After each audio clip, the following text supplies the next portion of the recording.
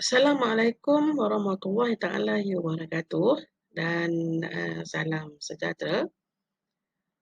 Okey, untuk tugasan 2 ini, setiap pelajar telah diminta untuk melakukan pembentangan secara menggunakan aplikasi teknologi pengajaran iaitu PowerPoint, video, Canva ataupun lain-lain yang berkaitan.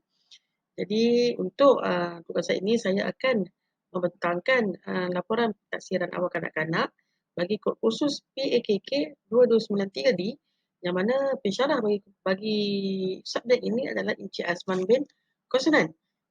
Untuk tugasan ini, setiap pelajar diminta untuk melakukan pemerhatian mengikuti instrumen-instrumen yang dirasakan bersesuaian. Untuk tugasan ini, bagi slide yang kedua, ini adalah merupakan antara perkara wajib yang perlu ada di dalam pembentangan, iaitu maklumat tentang pelajar.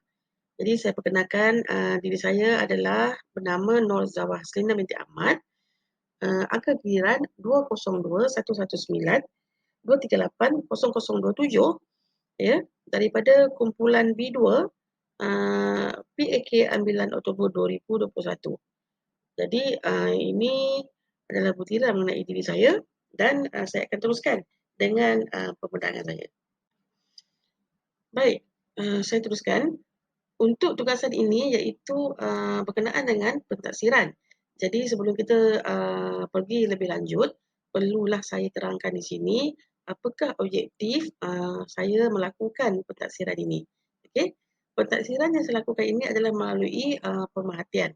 Jadi di akhir pemerhatian nanti, guru akan memperolehi maklumat berkaitan dengan kanak-kanak dan melalui maklumat yang diperolehi melalui pemerhatian ini akan membantu guru untuk melaksanakan pentaksiran terhadap murid. Ya, jadi maklumat yang diperolehi ini akan membantu guru untuk menilai murid atau menentukan sama ada murid ini perlu tindakan susulan, pemerhatian yang lebih fokus dan sebagainya. Okey, sebelum itu bagi kita mendapat orang kata hala tuju ataupun apa yang kita faham mengenai pentaksiran ini, ya. Saya terangkan dahulu apakah itu pentaksiran awal kanak-kanak secara ringkasnya. Okey, secara ringkas pentaksiran dilakukan adalah untuk mengumpul maklumat mengenai pelajar, ya, dan maklumat itu adalah akan menentukan tentang perkembangan dan pertumbuhan pelajar. Dan apabila itu diperolehi, maka guru akan menentukan sama ada kanak-kanak ini perlukan pemulihan ataupun penambahbaikan, ya, dalam usaha untuk memastikan pelajar ini tidak tercicir, dan kemudian ianya akan diteruskan, sekiranya diteruskan, ia akan dilakukan untuk membantu kanak-kanak itu menguasai mata pelajaran ataupun kemahiran yang lemah, ya. Jadi di sini pentaksiran itu adalah untuk membantu meningkatkan prestasi pelajar-pelajar itu sendiri untuk menguasai apa sahaja kekurangan dan juga kelemahan yang terdapat pada diri pelajar. Ini juga boleh dikatakan sebagai persiapan guru terhadap pelajar yang bermasalah sebelum pelajar-pelajar ini memasuki alam persekolahan sekolah rendah khasnya. Okey, tadi kita telah tahu ataupun saya terjelaskan kenapa dan apa itu pentaksiran awal kanak-kanak ini, okey. Dan seterusnya saya akan terangkan pula kenapa perlunya penilaian awal ini. Ha, jadi kenapa terutamanya di peringkat tadika, penilaian awal ini perlu dilakukan oleh guru terhadap murid. Okey. Penilaian awal diperlukan oleh kanak-kanak untuk mengetahui keupayaan mereka. Jadi melalui penilaian ini kita dapat tahu tahap kebolehan ataupun keupayaan seorang pelajar tentang satu-satu topik yang perlu dikuasai, ya. Jadi pentaksiran ataupun penilaian awal ini dilakukan secara formal, ya, secara formal melalui pemerhatian dan analisis. Inilah yang dikatakan sebagai yang telah saya terangkan tadi bahawa itu pemerhatian, ya, melakukan pemerhatian dan kemudian menganalisis keputusan ataupun hasil daripada maklumat yang diperolehi. Okey. Penilaian ini juga dapat membantu guru menentukan sama ada kanak-kanak ini ataupun pelajar ini memerlukan latihan susulan, latihan pengukuhan ataupun latihan pemulihan untuk membantu kanak-kanak ini memperbaiki kelemahan. Ya. Jadi untuk melaksanakan tugasan ini, saya telah membuat satu carta ataupun satu instrumen, ya, instrumen pemerhatian, instrumen penaksiran, ya, melalui pemerhatian.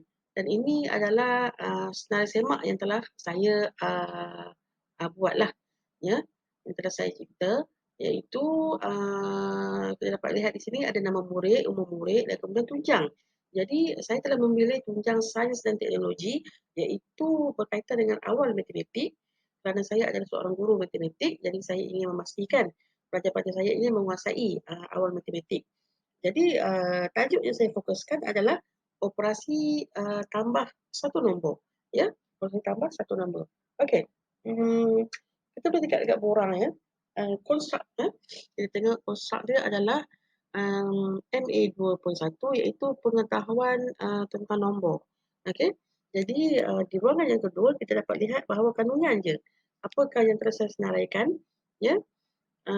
Yang pertama iaitu mengenal nombor 1 hingga 50, kemudian boleh neka nombor apa yang kita ajar secara rawak, dan kemudian yang ketiga itu adalah melakukan latihan operasi tambah mudah.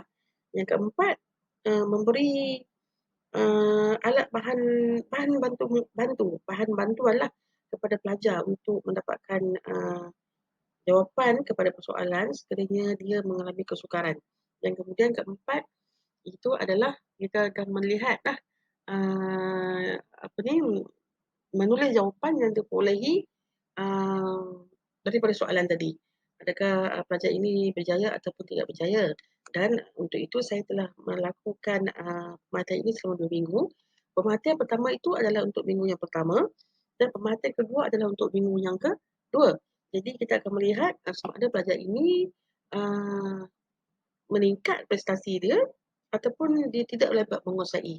Dan ujung ruangan adalah catatan. Jadi di ruangan inilah guru boleh menulis sama ada pelajar ini masih belum menguasai dan perlukan uh, orang kata perlukan latihan tambahan ataupun sebaliknya. Okey, untuk tugasan pemerhatian ini, saya telah memilih ataupun melakukan perhatian untuk 2 orang pelajar, ya. Orang pelajar lelaki berusia 6 tahun, ya, dan kita akan lihat perbezaan kedua-dua pelajar ini. Okey, pelajar yang pertama adalah Wan Imran Zakwat yang berumur 6 tahun, ya. Jadi kita dapat lihat di sinilah kandungan yang pertama iaitu menyebut nombor 1 hingga 50 secara betul lah, secara betul. Jadi untuk minggu yang pertama, pemerhatian pertama kita dapat lihat bahawa Wan Imran boleh melaksanakan arahan ini, boleh membaca nombor 1 hingga 50, ya. Dan kemudian pada minggu kedua juga beliau masih ataupun pelajar ini masih bagus, boleh membaca nombor dan mengenal nombor, ada menyebut nombor dengan turutan yang betul. Dan kemudian apa ni, kandungan apa tu yang kedua kita dapat tengok membaca nombor secara rawak. Maksudnya apabila guru bertanyakan secara rawak nombor-nombor berikut, pelajar ini masih boleh mengenal dan memberitahu apakah nombor yang ditanya oleh guru. Okey, kita pergi kepada melakukan operasi tambah yang sangat mudah lah, soalan yang mudah. Jadi pada minggu pertama soalannya sangat mudah, ya, dan pelajar ini dapat menjawab dengan baik. Tetapi apabila kita melihat kepada minggu kedua, pelajar ini tidak dapat menjawab dengan baik. Pelajar ini tidak mendapat jawapannya dengan masa yang diberikan ataupun rasa mudahnya beliau seolah-olah ataupun pelajar ini seolah-olah tidak memahami soalan ataupun keliru di situ. Okey. Jadi untuk mengatasi masalah ini, okey, untuk membantu, saya telah memberikan bantuan kepada pelajar ini dengan memberikan bata aiskrim untuk digunakan sebagai alat baginya untuk mendapatkan jawapan. Ha, uh, kelas ataupun latihan sebelum-sebelum ini yang telah kita lakukan, yang telah saya lakukan, memang ada slot pelajar diberikan bata aiskrim. Semua pelajar diberikan bata aiskrim untuk membantu mendapatkan jawapan bagi soalan yang dikehendaki. Ya. Jadi apabila melihat pelajar ini bermasalah, jadi saya memberikan lagi bantuan untuk bantu pelajar ini. Dan kita dapat lihat bahawa pelajar ini masih tidak boleh menguasai untuk pemerhatian pada peringkat yang pertama dan juga pemerhatian pada peringkat yang kedua. Pelajar ini nampaknya sangat lemah untuk mendapatkan jawapan kerana mungkin dia menghadapi kesukaran ataupun dia keliru apabila menggunakan banyak sangat bahan atau bantuan untuk diri dia. Itu pada pendapat saya lah. Okay? Dan kemudian kita boleh lihat, okay, apabila kita memberikan jawapan, contohnya nombor jawapannya adalah 13. Contoh, ya. Zakwan boleh menulis di ruangan yang diperlukan untuk menulis jawapan dan menulis nombor yang betul. Jadi dia mengenal nombor, cuma masih lemah untuk menambah nombor. Walaupun itu adalah tambahan satu nombor. Okey, baik. Jadi melalui pemerhatian ini, saya merasakan bahawa pelajar ini perlukan latihan yang lebih lah dan perlukan fokus daripada guru, ya, untuk membantu pelajar ini. Okay, seperti yang kita lihat kat sini, ini adalah rakaman yang telah saya lakukan, yang telah saya ambil untuk menilai ataupun untuk melihat prestasi Wan Imran. Ya, Wan Imran. Kira 7. Kita boleh lihat gambar pertama adalah kira 7 pertama. aiskrim tu. Kedua itu adalah minggu yang kedua. Gambar ini situasi dan keadaannya memang sama sebab ini ada kelas 7 orang. Tolak 5, buang 5. Jadi dapat lihat yang pertama tu saya memberikan mata aiskrim kepada dia untuk membantu dia juga, tapi masih tidak boleh. Dan yang keduanya pun masih sama, ya. Dia masih ragu-ragu ataupun masih keliru. Imran, Dia masih ambil 7. Tak tahu. Okey, ambil 7. Macam mana nak menggunakan mata aiskrim ini? Kira 7. Kira 7. Kira 7. Okey, seterusnya ini adalah pemerhatian saya untuk pelajar yang kedua, iaitu Ahmad Amin bin Akmal, umur yang sama dan tunjang yang sama dan juga tajuk yang sama. Jadi kita boleh lihatlah di sini pemerhatian selama 2 minggu. Pada minggu pertama, Amir boleh menyebut nombor 1 hingga 50 dengan urutan yang betul dan dia juga boleh meneka secara rawak. Dan minggu yang kedua juga dia masih berjaya, ya. Dan kemudian kita tengok kepada mendapatkan jawapan mudahlah untuk soalan yang diberikan. Untuk minggu pertama Amir boleh, ya, Amir berjaya dan minggu kedua juga dia berjaya. Okey. Jadi untuk mendapatkan jawapan dengan menggunakan bata aiskrim. Okey. Kalau kita lihat pada minggu yang pertama, Amir tidak berjaya. Dia tidak berjaya mendapatkan jawapan menggunakan bata aiskrim. Okey, tetapi kita dapat lihat peningkatan di minggu yang kedua di mana Amir telah berjaya mendapatkan jawapan. Ini bermakna dia telah memahami bagaimana kaedah menggunakan bata aiskrim itu. Dan kemudian Amir juga tidak mempunyai masalah untuk menulis jawapan di ruangan yang disediakan dengan nombor yang betul kerana Amir menguasai ataupun mengenal nombor. Jadi tak jadi masalah kepada Amir untuk menulis nombor atau menulis jawapan, ya. Cumanya Amir bermasalah pada minggu pertama untuk mendapatkan jawapan menggunakan batas ekstrem. Okey, ini adalah rakaman Amir. Okey, saya tidak sempat hendak melakukan rakaman pada minggu Okay, yang ambil pertama. 5 dulu. Lepas tu Tetapi dalam minggu yang ambil berapa kedua, pula? kita dapat lihat Amir Ah, semakin menguasai. Ya. Okey, kita lihat video yang pertama ni dia boleh ataupun kita cakap dia kreatif. Kreatif di sini apabila dia boleh membuat simbol tambah di sini untuk menunjukkan soalan seperti betul di dalam 8. kertas. Okey, kira semua sekali. Contoh titik 4 Dengan tambah yang tadi tu 8. boleh? So, Yang tadi awal-awal tu. ini saya tidak 5 tu. minta dia untuk meletakkan sendiri, Campur tapi semua. dilakukan sendiri oleh Campur Amir. semua sekali. Ya? Okey. Jadi, video yang kedua ni uh, dapat dilihatlah Okey, kira. ataupun didengar Amir mengira Kira semua sekali ada dan berapa? mendapatkan jawapan dan kemudian menulis jawapan itu di ruangan yang betul. Ya. Okey, ini adalah rakaman Amir. Ya, okey. Saya 13 tidak ni tulis jawapan dia. hendak. Okey, ini adalah apa yang saya lakukan untuk tindakan susulan sebagai seorang guru lah. Jadi, kalau melihat kepada pelajar satu tadi, iaitu Wak Imran, bagi saya dia memerlukan latihan yang berterusan. Maknanya guru perlu lagi melatih pelajar ini untuk bagaimana caranya untuk mendapatkan jawapan dan juga perlulah diingat jangan dah abaikan pelajar ini. Ya, guru harus terus membantu supaya pelajar ini tidak ketinggalan ataupun tercicir. Ya. Jadi kita kena ingat pelajar ini akan memasuki alam persoalan di sekolah rendah. Jadi guru dengan masa yang ada, ya, dengan ruang yang terhad, perlulah melakukan dengan yang terbaik dan sebaik-baiknya untuk pelajar ini. Okey. Jadi oleh itu guru ataupun saya lah akan memberikan waktu belajar tambahan dah kepada pelajar ini dengan kaedah one-to-one ataupun satu sama satu bersama guru supaya pelajar ini tidak terjejik, insya-Allah.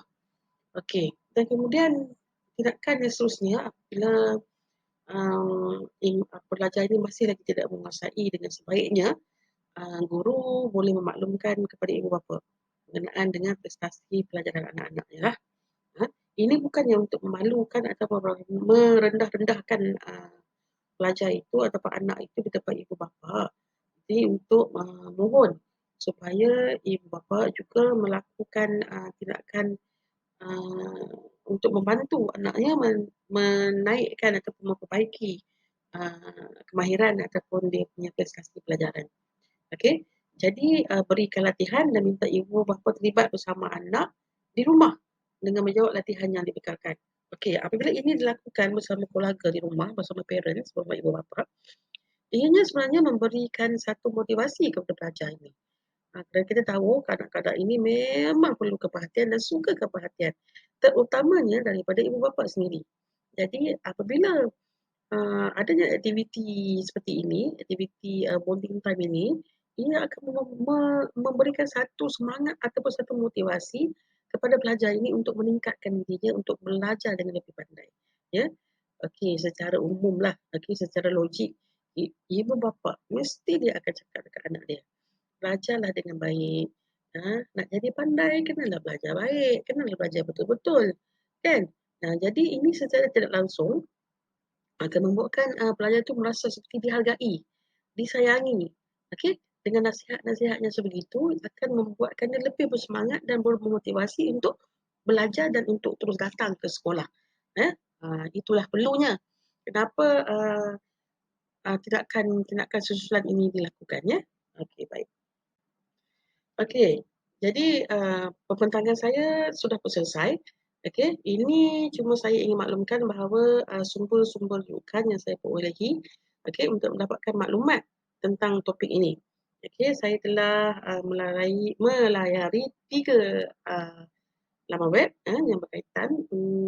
Saya telah mencari ini adalah perkara ataupun artikel-artikel yang berkenaan yang telah saya rujuk untuk saya melaksanakan pentadsiran inilah dengan baik, insya-Allah.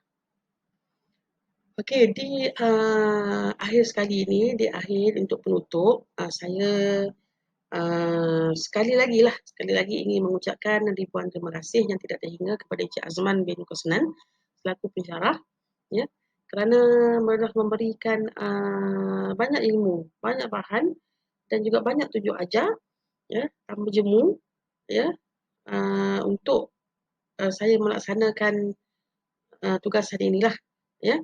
Walaupun nampak seperti mudah, tetapi kalau tidak ada pengetahuan ataupun ilmu yang diberikan oleh pensyarah, pastinya tugas saya ini tidak dapat dilakukan dengan baik. Dan sebab itu saya sukalah nak meletakkan satu quote di sini, ya, iaitu guru perlu profesional dalam melaksanakan penaksiran terhadap murid dan jangan pilih kasih. Jadi kena ingat, kita sebagai seorang guru, janganlah pilih kasih, janganlah ada pelajar favourite. Kerana kita kenalah sama ratakan semua pelajar kita. Semua pelajar kita adalah sama. Uh, Kenapa saya cakap begini? Apabila guru ada pelajar favourite dia, sedikit sebanyak, dia pasti akan bias. Dia pasti akan tidak adil. Ya? Jadi apa gunanya pentaksiran yang dilakukan, ya, untuk kanak-kanak itu menghadapi alam persekolahan sekolah rendah nanti? Kalau uh, pentaksiran yang diberikan oleh guru di sekolah sangat bagus, semua cemerlang, pelajaran cemerlang, uh, persediaan diri cemerlang, pengurusan diri cemerlang, kemahiran cemerlang, sukan cemerlang, art dan craft ataupun kreativiti semua cemerlang. Tapi hakikatnya dia tidaklah secemerlang itu. Tidakkah ini akan memberikan satu tamparan ataupun efek kepada kanak-kanak ini atau pelajar ini apabila memasuki sekolah rendah nanti? Jadi sebagai seorang guru, saya ingatkan juga diri saya untuk tidak berlaku tidak adil, untuk menilai semua murid secara sama rata. Dan untuk itulah pentingnya uh, rekod-rekod, ya, rekod-rekod hasil-hasil kerja murid-murid untuk dijadikan panduan kepada guru dalam melakukan pentaksiran. InsyaAllah dengan ilmu-ilmu yang dapat ini, ya, saya akan gunakan dengan sebaiknya untuk melakukan pentaksiran yang lebih baik, di tadika saya, supaya prestasi pelajar-pelajar dari tadika saya ini akan lebih baik, dan pelajar-pelajar ini akan dibekalkan dengan ilmu yang cukup dan sebaiknya, insyaAllah melalui pentaksiran yang dilakukan. Okey, jadi lagi sekali saya ucapkan ribuan terima kasih dan harap, okey, saya berharap supaya tugasan saya yang saya lakukan ini menepati kehendak soalan dan kehendak pensyarah. Okey, jadi sekali lagi Encik Azman, terima kasih dan terima kasih kepada semua. Baik, Assalamualaikum warahmatullahi taala wabarakatuh.